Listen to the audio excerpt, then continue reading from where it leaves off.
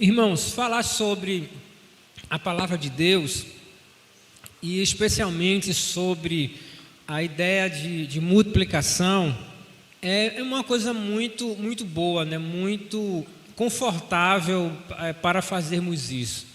Uma vez que todos nós sabemos que desde o Gênesis, a palavra de Deus ela já falava em multiplicação. As primeiras ordens dadas por Deus para os homens foi para que ele pudesse se multiplicar. E é uma grande verdade de que, em geral, nós sempre olhamos para aquele texto e imaginamos que a multiplicação que Deus estava falando ali para Adão e Eva era apenas uma multiplicação numérica, né? Olha, vão e façam filhos, né? Trabalhem aí, façam bastante filhos, povoem essa terra. Mas não bastava isso, né? O plano de Deus não era que o mundo pudesse ser povoado de maneira aleatória, né? A multiplicação, até hoje, quando nós geramos filhos, né, filhos biológicos, os nossos filhos carregam metade de quem nós somos, né? Metade do que a mãe é, metade do que o pai é. Os filhos biológicos carregam de nós o nosso próprio caráter. Então, quando nós geramos filhos, nós geramos seres muito parecidos com cada um de nós, com que o casal é.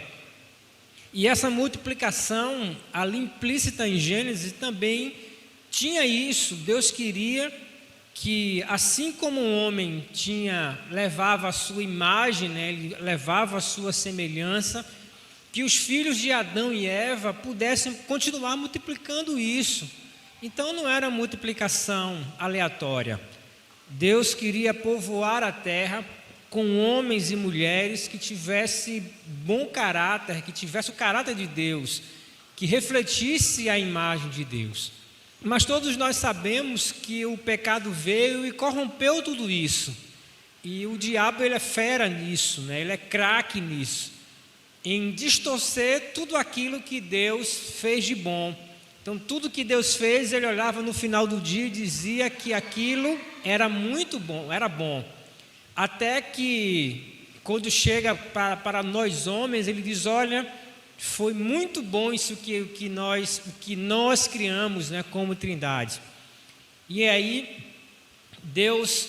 o diabo vem então para distorcer tudo isso, mas desde o Gênesis também, desde a sentença que Deus deu para Adão, para Eva e para a serpente, já estava implícita ali o plano redentor de Deus, né, por meio de Jesus Cristo, para que, como diz, né, o texto da campanha de missões estaduais desse ano, né, Efésios 2, 13 e 14, quando ele vem falar que por meio de Jesus foi criada agora uma nova humanidade, né, pegando judeus e gentios, pecadores e regenerados, pessoas que eram inimigas, e transformando aquele povo agora em um só povo, numa só humanidade, ou numa nova humanidade, por meio de Cristo, né, por meio da sua morte e da sua ressurreição. E hoje nós estamos como igreja, já somos partícipes disso, né, já participamos dessa nova humanidade. Uma humanidade que já foi reconciliada com Deus. Mas um texto que nos ensina muito sobre isso, sobre esse poder transformador de Deus sobre essa obra redentora de Cristo e as suas implicações, porque Deus restaurou uma humanidade, Deus vem restaurando a humanidade, reconcilia essa humanidade consigo mesmo, né, traça esse plano salvífico, esse plano redentor, dar de presente aos homens, esperando que esses homens olhem para essa bênção, né, para esse presente da salvação e aceite-o, né, e creia nele. Mas há implicações bíblicas, né, há implicações em relação a aceitarmos o presente da salvação. E essas implicações, elas são muito bem explicadas nos textos da Grande Comissão.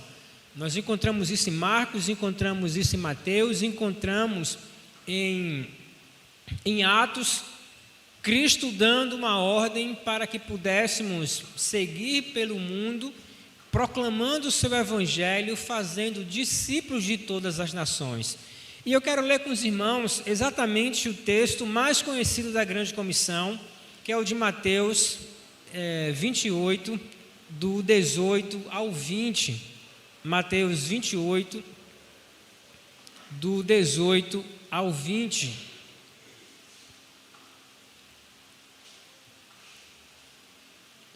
Que diz então o texto: Então Jesus, aproximando-se deles, lhes assegurou: Toda autoridade me foi dada no céu e na terra.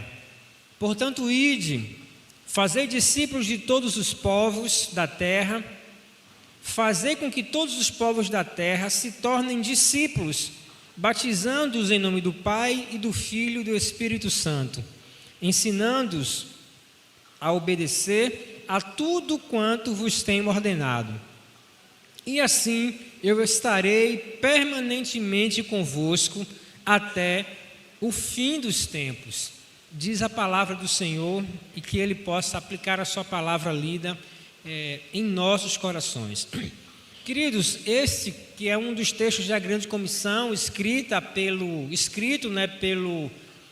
pelo apóstolo Mateus, são, aqui no livro de Mateus, as últimas palavras ditas por Jesus. Antes de Jesus voltar aos céus, ele então chega para os seus discípulos, para aqueles homens, e dá-lhes então uma tarefa. Ele compartilha, ele dá uma ordem para aqueles homens, e essa ordem, irmãos, aqui no texto não é ide, essa ordem aqui no texto não é batizar, aquela ordem aqui no texto também não é nem mesmo ensinar. A ordem dada por Jesus era para fazermos. Jesus disse para aqueles discípulos: façam discípulos. É um verbo no imperativo, um verbo que dá uma ordem, e ele então vai dizer: vão e façam discípulos. É interessante percebermos também, queridos, quanto essa ordem dada neste texto, ela é tanto coletiva quanto individual. Jesus está chamando aqueles homens e dizendo: façam todos vocês discípulos de todos os povos. Mas Jesus, nessa mesma palavra, esse fazer discípulos, quando ele está chamando a todos para fazer, ele também traz uma implicação individual, dizendo que todos nós como igreja, ou todos eles naquele momento, eles precisariam caminhar agindo para fazer discípulos, mas também que havia uma coisa individual. Eles não precisariam necessariamente esperar pelo outro, ou depender necessariamente daquele outro para que ele pudesse tomar alguma iniciativa para que o discípulo pudesse ser gerado. Uma certa vez, aqui mesmo em Paulista, dando um treinamento de igreja multiplicadora, nós perguntamos naquele momento ali: olha, quem dos discípulos de Jesus, qual foi o discípulo de Jesus que, quando Jesus mandou-os fazer discípulos, ele perguntou para Jesus: mestre, como nós deveremos fazer isso? Porque assim, né, é muito comum quando nós recebemos uma orientação ou nós recebemos uma ordem para fazer alguma coisa, nós temos aquele momento de tirarmos dúvidas, né? Pastor, como é que eu preciso fazer isso? Pastor, como é que vai ser aquele culto? Esse é um grupo de louvor, qual é a nota daquela música, né? Como é que a gente vai fazer isso? Mas o que chama a atenção, queridos, é que nenhum daqueles homens perguntaram para Jesus como era que precisavam fazer aquilo que Jesus estava ordenando. Como é que precisaria, como é que eles, sem a presença de Jesus, eles poderiam continuar aquele ministério de Cristo, fazendo discípulos, não somente ali em Jerusalém, mas Jesus estava chamando ele para ir até os confins da terra. Mestre, como é que nós podemos fazer isso? E para que a gente, irmãos, compreenda essa palavra, essa resposta, né, para essa pergunta, a gente precisa olhar para Jesus para percebermos como é que Jesus fazia discípulos, como era que Jesus discipulava aquelas pessoas. Jesus não tinha uma sala de aula, Jesus não tinha um encontro de escola bíblica discipuladora como os irmãos têm aqui à tarde. Jesus não tinha uma escola bíblica dominical.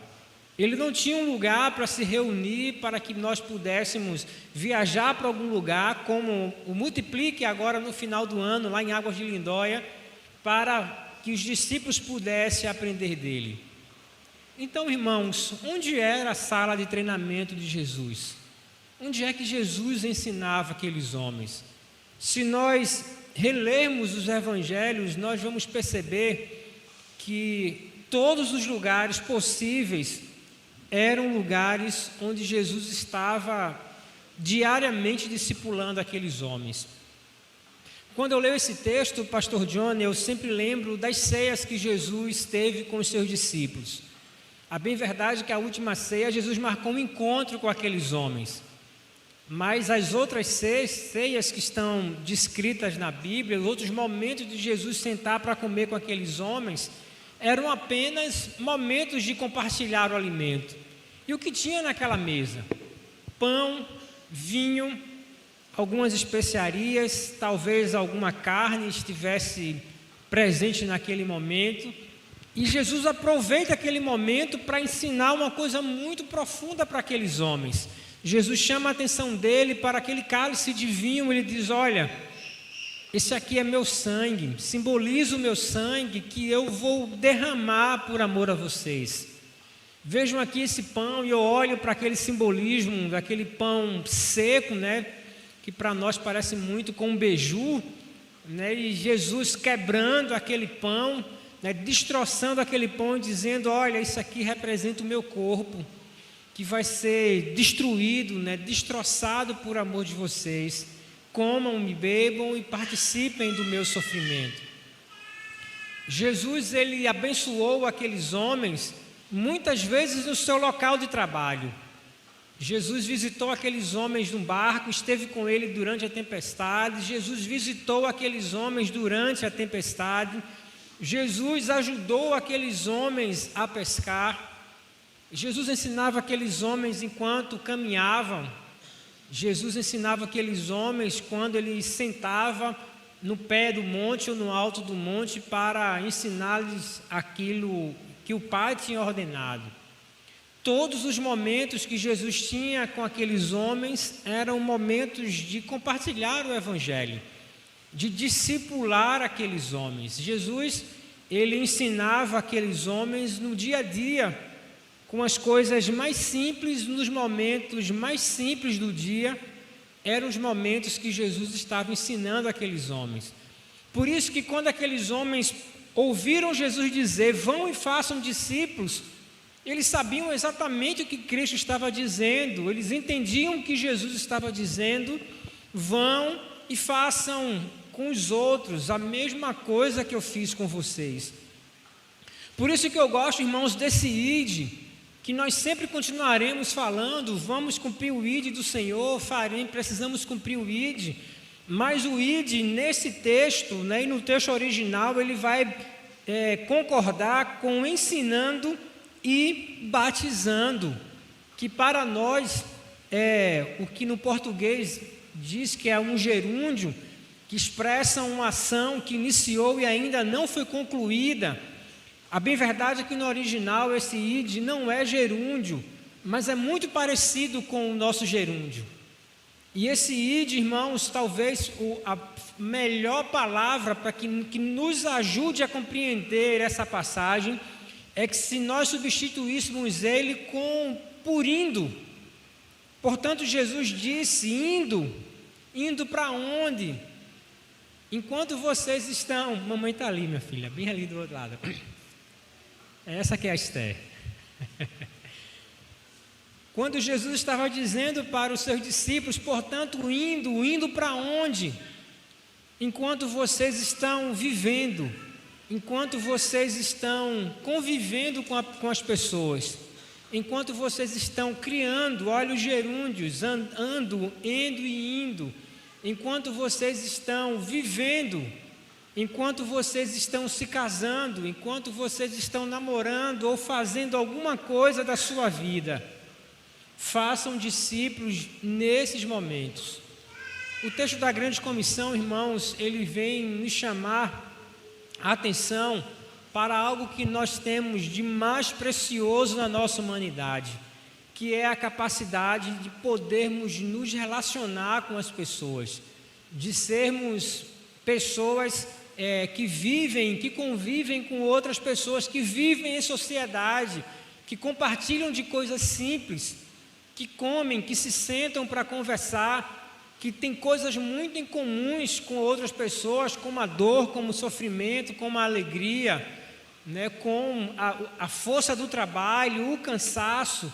Todas essas coisas, irmãos, são inerentes ao ser humano. E Jesus está chamando a atenção para aqueles homens: olha, vocês não precisam concluir ou deixar de fazer uma faculdade para fazer discípulos. Vocês não precisam esperar os seus filhos crescer, sua filha Esther sair de casa para você fazer discípulos. Você não precisa esperar para casar-se para fazer discípulos. Vocês não precisam aceitar um chamado missionário para ir lá para os confins da terra fazer discípulos. O chamado missionário, irmãos, o chamado para a multiplicação de discípulos é um chamado para a vida cotidiana. É um chamado para que nós, enquanto estamos vivendo, enquanto nós estamos convivendo com as pessoas, o chamado vem dizer que nós precisamos influenciar essas pessoas. Eu costumo dizer que o texto da grande comissão, ele vem justamente nos chamar para uma espécie de liderança, para nós liderarmos a visão de Deus de multiplicação de discípulos para a glória do seu próprio nome. E é para isso que de fato nós somos chamados. Nós, o povo de Deus, somos os líderes, irmãos, da nossa comunidade, ou pelo menos deveríamos ser. E nós fomos chamados para liderar essa visão de Deus. Qual é a visão de Deus? Que todo homem, que toda mulher, que todas as pessoas cheguem ao pleno conhecimento da verdade. E Ele vai fazer isso por meio das nossas vidas.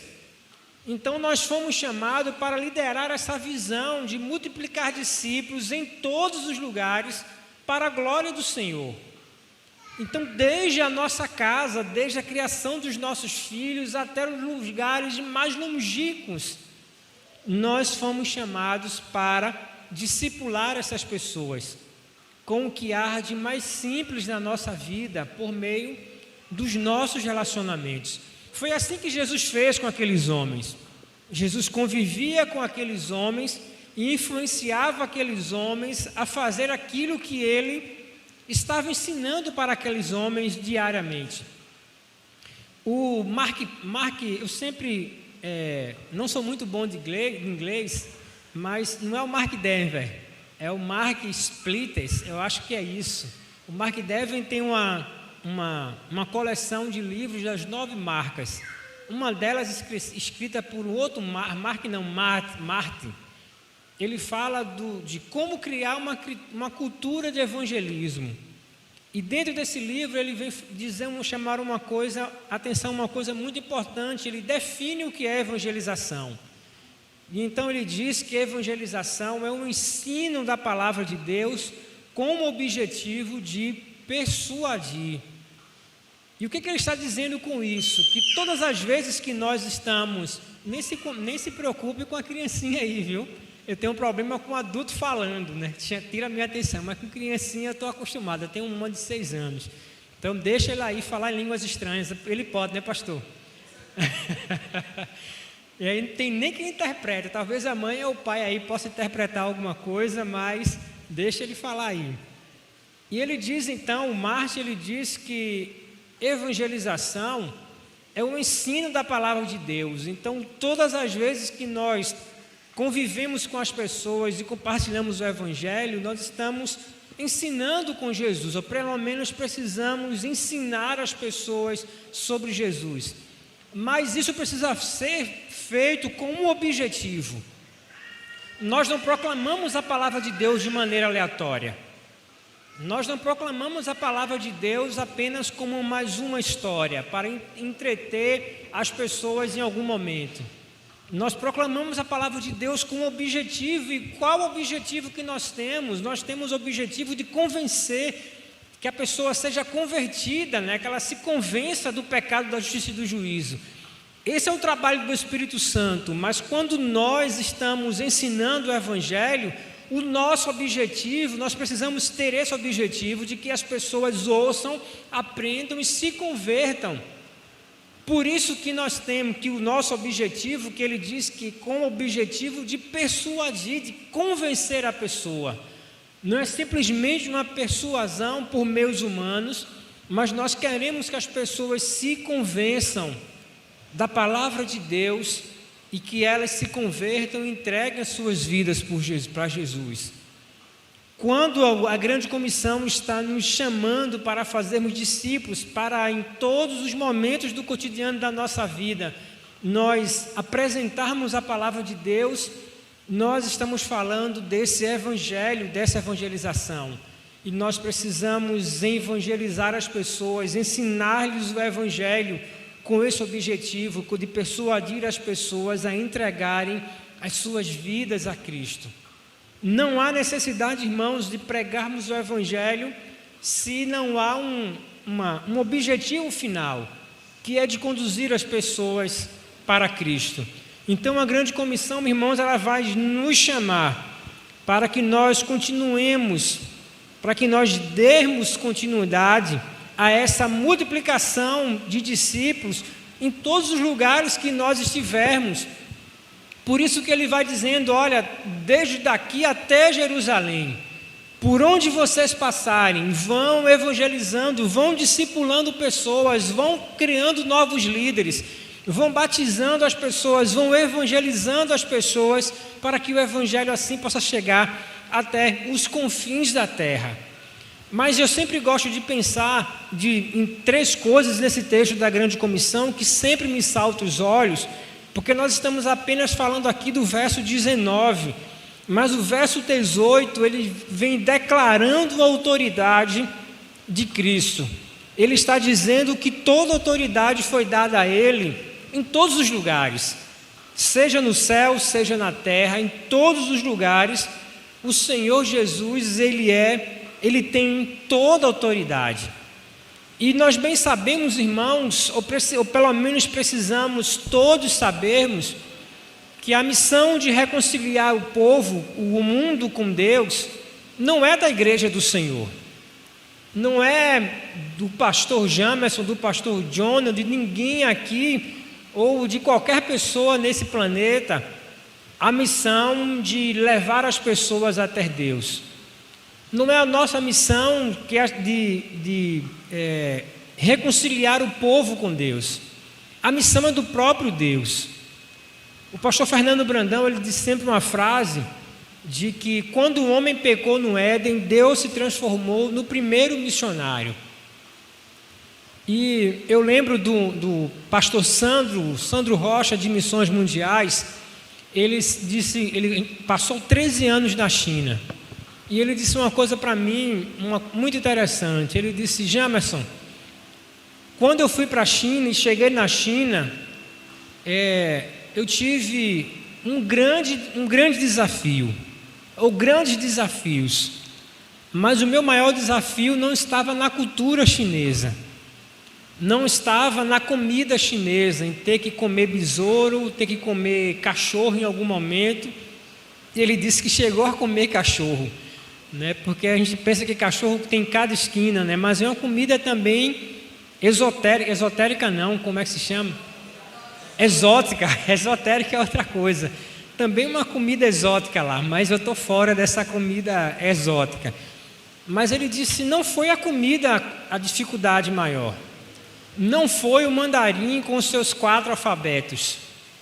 Ele disse: Jamerson, a minha maior dificuldade em viver na China, em ter que pregar o evangelho na China, foi que quando eu saí da China, do Brasil, eu imaginava que estava trazendo da minha mala Deus. Eu imaginava que eu estava trazendo Deus da minha mala para apresentar para o povo chinês. E como foi difícil entender que muito antes de eu imaginar ou de eu saber ouvir o nome da China, Deus já amava o povo chinês há muito mais tempo. Como foi difícil entender isso. E às vezes parece ser difícil também para nós. Todas as vezes que nós pensamos em compartilhar o amor de Deus com alguém, ou que nós olhamos e muitas vezes nós até julgamos se aquela pessoa ela merece ou não ouvir, né, receber a graça de Deus, mas seja quem for, irmãos, que nós temos orado, que nós temos olhado para aqui, para essa comunidade ou para qualquer outro lugar do mundo, muito antes de nós pensarmos e termos aquela pessoa no nosso coração em oração, Deus já amou e já está trabalhando na vida daquela pessoa há muito tempo. Foi assim da mesma maneira que nós. E o Sandro dizia como isso era difícil para ele, porque, irmãos, a missão de reconciliar o homem, de transformar essa humanidade caída numa nova humanidade em Cristo, não é nossa, é de Deus. A missão é de Deus. Mas Deus agora, tendo nos regenerado, tendo nos feito seu povo, Ele agora nos chama para algumas implicações dessa salvação. Ele nos chama agora que por meio das missões, dos trabalhos que nós estamos fazendo, dos lugares que nós estamos indo, cooperarmos com o Senhor no cumprimento dessa missão, no cumprimento dessa tarefa de levar o Evangelho até os confins do mundo. Mas a autoridade, o dono da missão é o nosso Senhor Jesus Cristo, e não é nossa. E graças a Deus por isso, irmãos, porque ai da humanidade, ai de nós, se o dono da missão aqui nessa comunidade em Paratiba fosse do pastor Johnny, ai da comunidade, das pessoas que não conhecem Jesus, se a missão de reconciliar esse povo fosse dessa comunidade cristã aqui. A missão é de Deus, e que privilégio nós temos de nos juntarmos a Ele para cumprir essa missão. Mas, irmãos, nessa missão que nós estamos trabalhando com Deus para cumprir, Ele disse, irmãos, como nós deveríamos fazer, e nós já falamos isso. Vão e façam discípulos, se relacionem, viva na comunidade, se misture com esse povo, tenha cheiro dessa comunidade, coloquem o pé na lama, convivam com esse pessoal, sejam conhecidos como Jesus, aquele que come e bebe com os pecadores, para que por meio disso, irmãos, vocês possam trazer muitos deles para perto de Cristo. Ele nos ensinou como deveríamos fazer. Mas é uma coisa muito importante também nesse texto, queridos, é o tempo. Quando Jesus diz que Ele é o dono dessa missão e Ele nos ensina a fazer, Jesus também nos aponta, irmãos, para a urgência do cumprimento dessa missão, pois o verbo, como nós já falamos, é um verbo para aqui e agora. Jesus não disse, façam discípulos no momento que vocês estiverem disponíveis. Jesus está dizendo, façam discípulos já, façam discípulos agora. Em Atos 16, quando Paulo ele tinha um grande planejamento de voltar por todas as igrejas que ele tinha plantado na sua primeira viagem missionária e verificar como os irmãos estavam vivendo. Ele queria fazer mentoria, ele queria reforçar a fé daqueles irmãos, ele queria estar com aquele povo um tempo para dar ainda mais ânimo àqueles irmãos. Mas no versículos 6 e 7, se não me falha a memória, de Atos 16, Paulo vai dizer que o Espírito de Deus e que Jesus Cristo impediu aqueles homens de seguir com esse planejamento. Mas eles dormiram, e enquanto dormia, ele sonha com um homem lá do outro lado da Macedônia, clamando para ele: venha até nós e nos ajude. Quando Paulo acorda, o que é que o texto diz? Ao acordarem, Paulo entendeu que era o Espírito Santo de Deus que estavam chamando aqueles homens para ir para aquela região. E o que é que o texto continua dizendo? Eles se levantaram e foram apressadamente. A obra missionária, irmãos, o cumprimento dessa missão, o desejo de Deus para a multiplicação de discípulos é um desejo que traz nele, que está munido de uma grande urgência. Porque as pessoas que precisam de Jesus hoje, talvez elas não precisem mais de Jesus amanhã. As pessoas que precisam de Jesus hoje, elas precisam ouvir de Cristo hoje. Elas precisam se arrepender hoje e alcançar o perdão de Deus hoje. Porque talvez amanhã, irmãos, seja tarde demais.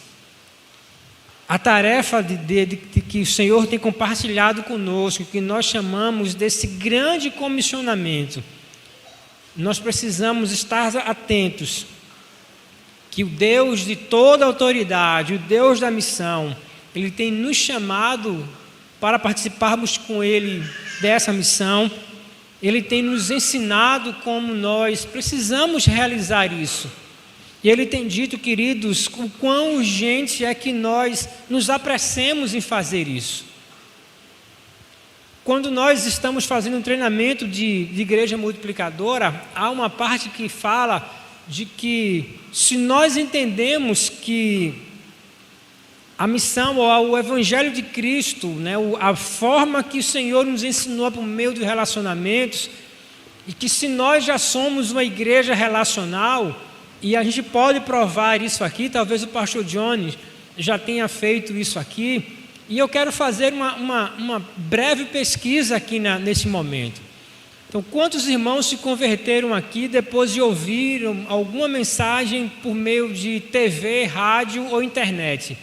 Quantos irmãos se converteram aqui assim?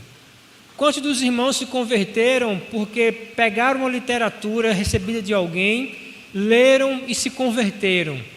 Quantas pessoas se converteram aqui nesse momento? Quantas pessoas se converteram quando foram passando na rua e ouviram lá uma grande cruzada ou um culto lá ao ar livre, ouviram a palavra e se converteram? Pastor Johnny, o pessoal aqui é difícil de se converter, um coração duro aqui, eu estou vendo. Continuar orando pelos irmãos aqui, o coração dos irmãos é que nem pedra. Mas, tirando a brincadeira, irmãos, quantos irmãos aqui nasceram num lar evangélico? Muitas conversões. Quantos vieram para o Evangelho por meio de um amigo, de um parente? Olha aí, irmãos, nós já somos uma igreja relacional. E nós muitas vezes não nos damos conta disso. Não estou falando isso contra os métodos que a igreja moderna tem empregado para a evangelização. Deus, Ele é o dono da missão. Nós temos trabalhado em missões nacionais também com outros povos. Os últimos são os afegãos. Eles são muçulmanos. E o Senhor tem usado apenas a leitura da palavra e os sonhos para converter muitos muçulmanos no Brasil e no mundo. E nós temos muitos testemunhos disso aqui no Brasil. Eu testemunhei isso lá na Vila Minha Pátria, famílias entregando a sua vida depois de sonharem com Jesus. Eu conheci pessoas que andaram na rua e não receberam. Elas acharam uma literatura numa canaleta. Foi o testemunho dessa pessoa. Ela leu e se converteu. O Senhor é o dono da missão. Toda autoridade foi dada para Ele. Tem um missionário nosso da Bahia que se converteu fugindo da polícia, estava roubando a polícia, empregou uma perseguição, ele foge para dentro de uma mata e o dono da oficina deixava sempre um radinho lá na rádio evangélica tocando, porque se ele sai, os bandidos queriam lá roubar a oficina. Ele botava o radinho e uma luz acesa. Enquanto o bandido se escondia na moita, ele ouviu o rádio e se converteu, Pastor Jones. Hoje é nosso missionário lá na Bahia. O Marilson, precisa ouvir o testemunho dele. A gente morre de rir e de chorar, que ele é muito engraçado. A gente morre de rir e de chorar com o testemunho dele. O Senhor é o dono da missão e Ele faz como Ele quer. Mas Ele, irmãos, nos ensinou a utilizarmos aquilo que é tão mais simples de cada um de nós, que é os relacionamentos. Porque o Evangelho de Deus é para salvar o homem por meio do próprio homem. E no treinamento de Igreja Multiplicadora, em algum momento a gente fala sobre se nós compartilhamos o amor de Deus por meio dos relacionamentos, por que será que nós não somos tão efetivos nesse momento? E nesse treinamento aponta 3 coisas. A primeira é a nossa falta de exemplo. Se nós não somos pessoas imitáveis, as pessoas não nos seguirão, não nos ouvirão. Nós precisamos sermos como Paulo foi, capazes de olhar para as pessoas e dizerem: olha, sejam meus imitadores assim como eu sou de Cristo. Nós precisamos ser pessoas imitáveis. A outra grande barreira que dizia que nós não somos pessoas que não nos relacionamos com não crentes. E existe um pesquisador, Christian Schwarz, que em 2015 fez uma pesquisa, e na pesquisa dele ele apontou uma progressão ao ponto de um cristão que tem pelo menos 13 anos de conversão não ter nenhum não cristão no seu rol de relacionamentos. Ou seja, à medida que o tempo vai passando, nós interpretamos o Salmo de maneira diferente e saímos do meio da roda dos escarnecedores e uma interpretação muito errônea de Salmos 1 e deixamos de ter vida em comunidade e de conviver com as pessoas que não são crentes. E como alcançá-las então? Por meio das grandes pregações, dos grandes cultos ao ar livre que nós já vimos que não traz o efeito que a igreja imagina que tem. E a outra grande barreira é que quando nós temos essas oportunidades, como os nossos colegas de trabalho, familiares, colegas de escola e faculdade, nós não aproveitamos esses relacionamentos. Por isso, querido, o desafio que nós temos hoje é de interpretar o texto de Salmos 1 de maneira como Jesus interpretou. Jesus, ele foi conhecido e foi chamado de aquele que come e bebe com os pecadores. Ninguém ousou acusar Cristo de fazer as mesmas coisas que ele, porque havia em Cristo um poder que ele compartilhou conosco, um poder de influenciar pessoas. Eu vivi no seminário, o Aloysio sabe disso, durante aproximadamente 6 anos. E chegou um momento que eu estudava, trabalhava e morava no seminário. E não tinha relacionamento com ninguém não crente. E aquilo me causava uma grande angústia. E todo mundo que passava, que chegava num seminário, queria que a gente fizesse algum trabalho para alcançar os alunos da Unibra. E eu achava muito complicado, porque o pessoal chega e sai muito rápido, você não consegue criar uma relação com eles, Mas aí eu pedia sempre a Deus: Senhor, dá uma estratégia para fazer alguma coisa. E aí eu comecei a perceber que na rua do seminário havia um povo que vivia ali, pastor, que eram os ambulantes. Os ambulantes chegavam na sua maioria de manhã e só saíam no fim do dia. Nós poderíamos criar alguma relação com aquele povo. E aí eu precisaria de duas coisas: conseguir encontrar o tempo que aquelas pessoas não tinham um grande movimento, e ter sempre alguns trocados no bolso para pelo menos comprar uma tapioca, né, para parar ali, tomar uma tapioca com café. E foi o que eu fiz. E nós tínhamos um pequeno grupo, e a gente sempre orava pela família da dona Zuíla, da tapiocaria. E um dia eu estava na tapioca, e chega o Pedro, que hoje é pastor da Igreja Evangélica Batista em Afogado. Eu preguei até domingo lá, muito meu amigo. E Pedro disse: Gemerson, são essas aí que a gente tem orado por elas. Aquilo causou um impacto muito grande na vida daquela mulher. Depois nós descobrimos que era de uma família afastada do Evangelho. E em alguns momentos a gente parava e compartilhava o Evangelho com Dona Zuíla. E Dona Zuíla então quis fazer parte do nosso pequeno grupo, que era no seminário, mas ela morava em Boa Viagem. E nós nos reuníamos 10 horas da noite.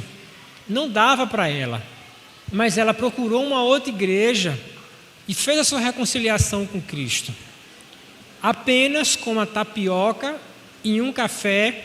E depois que pegamos confiança, até fiado a gente passou a fazer, mas pagava depois para poder ter o exemplo lá. Mas por coisa simples, por meio do relacionamento.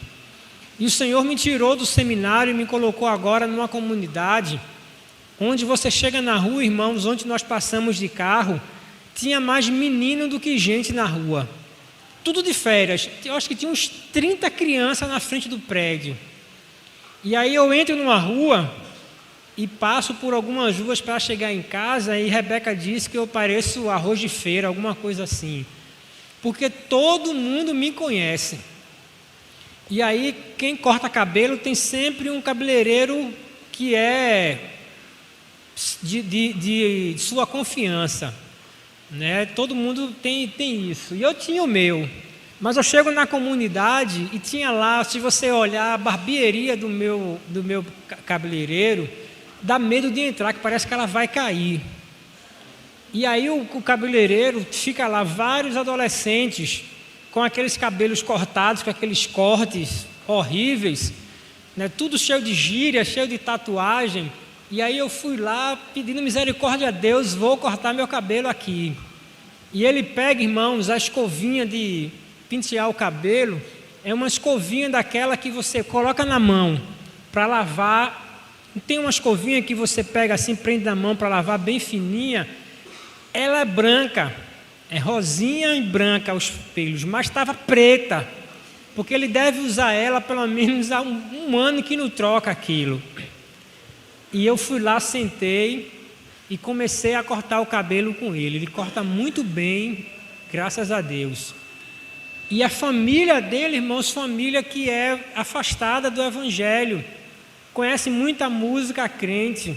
E a partir dali eu comecei a conhecer e ser conhecido na comunidade.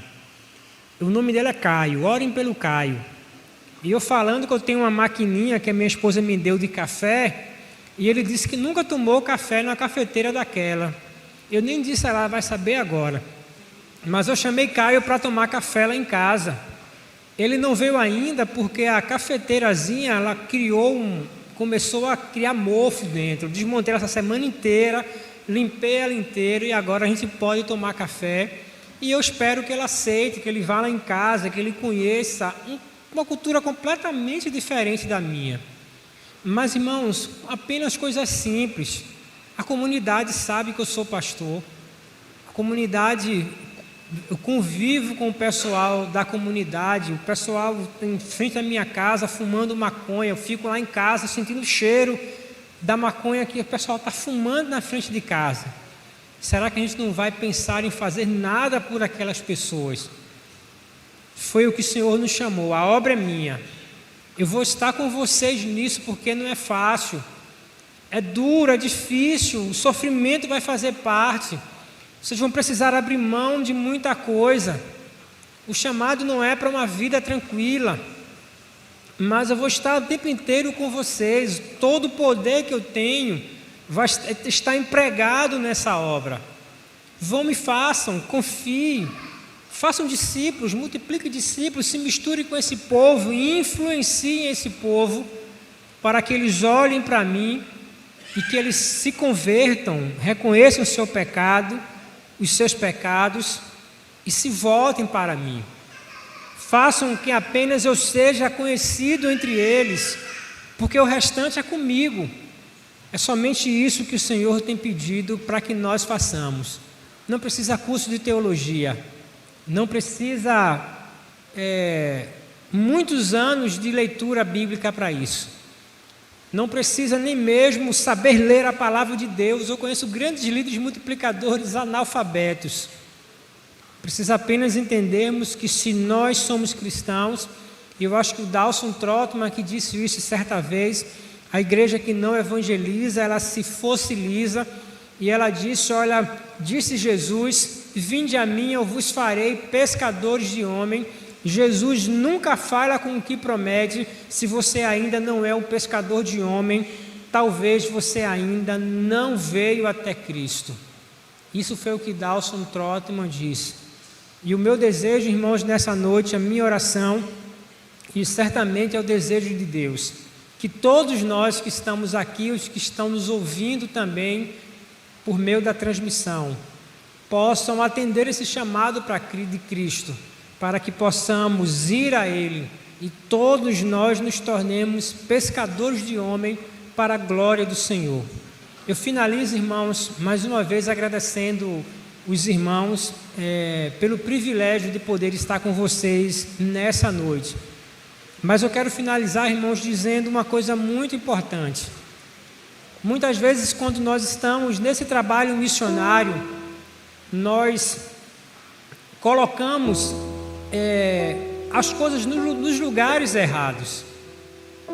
É uma coisa muito linda, irmãos, quando nós olhamos homens que dedicaram, homens e mulheres, e crianças que dedicam as suas vidas, colocam o seu chamado, a sua vocação acima de todas as coisas. Estão dispostos a abrir mão de tudo, e eu sempre digo que nós nunca abrimos mão de nada. Eu acho uma incoerência, né, irmãos, quando eu digo, olha, eu abri mão de tudo para servir a Deus. Tudo o quê? Se tudo de ruim, tudo de mal, né, todo sofrimento era dedicado a mim, estava guardado para mim por conta dos meus pecados e das minhas transgressões. Eu não abro mão de nada. Quem abriu mão de tudo foi o nosso Deus. Em Filipenses fala sobre a humilhação de Cristo desde quando Ele deixou a sua divindade.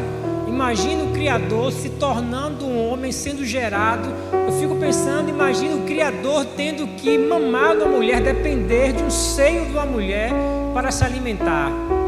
Imagina o Criador, irmãos, precisando ser limpo, né? Depois de ter sujado as suas fraldas.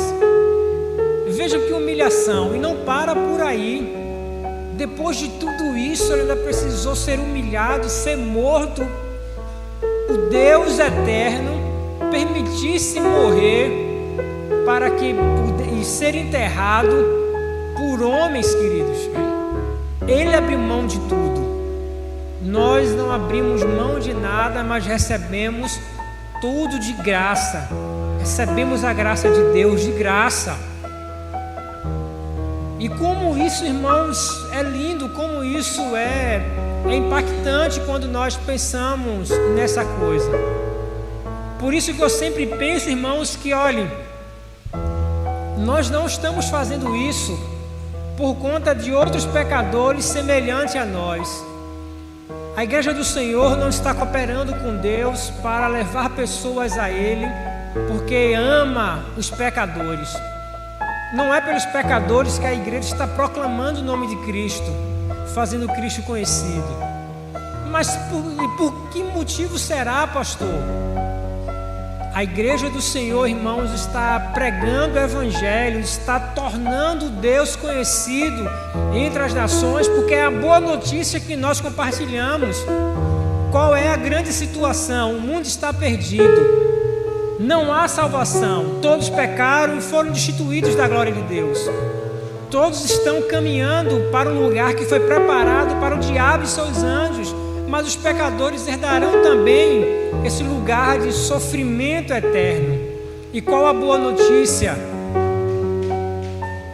A boa notícia é que esse próprio Deus tornou-se homem e mandou o seu Filho para que todos aqueles que nele crê não pereçam, mas tenham a vida eterna. Essa é a boa notícia. Mas tudo isso, irmãos, que fazemos e que estamos participando, estamos fazendo isso para uma coisa primeira: para glorificar o nome desse Deus glorioso. Esse precisa ser a primeira motivação da igreja do Senhor: honrar e glorificar esse Deus. Nossa vida, as nossas ações, em tudo que nós estamos fazendo para torná-lo conhecido, é para que ele seja glorificado. E assim, irmãos, a glória de Deus vai transformar a sociedade, irá transformar o coração das pessoas. E nós assim seremos reconhecidos que somos um com Ele, porque as pessoas reconhecerão que nós amamos uns aos outros, e esse amor que transborda no meio dos irmãos alcança essas pessoas. Mas a primeira coisa é que o nosso Deus, Ele será glorificado por meio das nossas vidas e por meio das nossas ações. É isso que precisa mover o coração da igreja. É para isso que nós estamos sendo desafiados nesse momento, para por meio da nossa vida, das nossas relações, o Senhor ser glorificado neste mundo. Eu quero desafiar a igreja neste momento a isso, a entender essas coisas e dedicar as suas vidas a cada dia para que Deus seja glorificado no seu cotidiano, no meio da sua família, da sua faculdade, no meio do seu trabalho, no meio da sua comunidade, no meio dos seus vizinhos, onde quer que seja, que o Senhor possa ser glorificado por meio da sua vida. Eu entendo que não é um convite que a gente faça nessa noite que vai mudar a vida daquele que não conhece a Jesus, seja aqui presente ou seja em qualquer outro lugar, acompanhando pela rede social ou mesmo assistindo esse vídeo depois disso, em outro momento. Mas eu quero também deixar esse desafio para aquele que ouve, que ainda não conhece esse Jesus, possa também de fato permitir que Deus seja glorificado na sua vida, por meio do reconhecimento de que você era um pecador.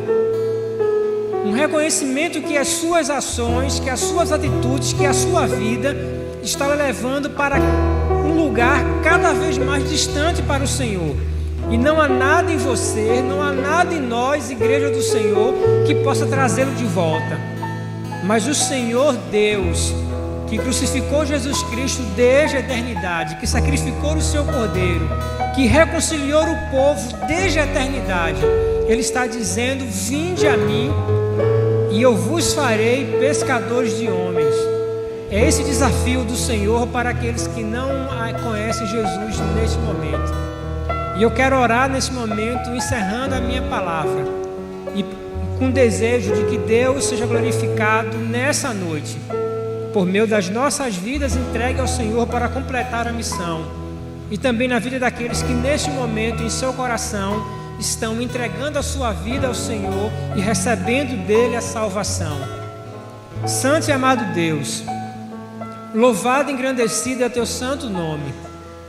Muito obrigado, Deus, porque quando não era possível, não havia nada que nós pudéssemos fazer, o Senhor se tornou conhecido a nós, nos reconciliou consigo mesmo, nos adotou como filhos e tem nos desafiado para que façamos, que tornemos o teu nome conhecido no mundo, para que o Senhor possa ser glorificado desde Jerusalém até os confins da terra.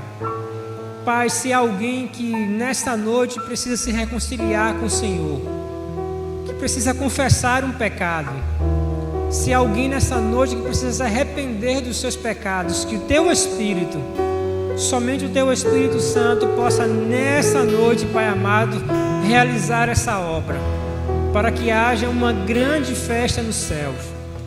Pai, muito obrigado, Deus, porque essa obra não depende de nós, depende única e exclusivamente do Senhor. Mas muito obrigado, Deus, porque somos participantes dela. Participamos de tudo aquilo que o Senhor está realizando no mundo. Muito obrigado, Deus, e que a tua mão, Deus, esteja sempre estendida sobre este povo aqui em Paratiba, sobre a vida do pastor Johnny, sobre a vida da sua família, desde agora, Senhor Deus, e para todos sempre. É essa oração que fazemos em nome de Jesus. Amém. Deus abençoe a todos.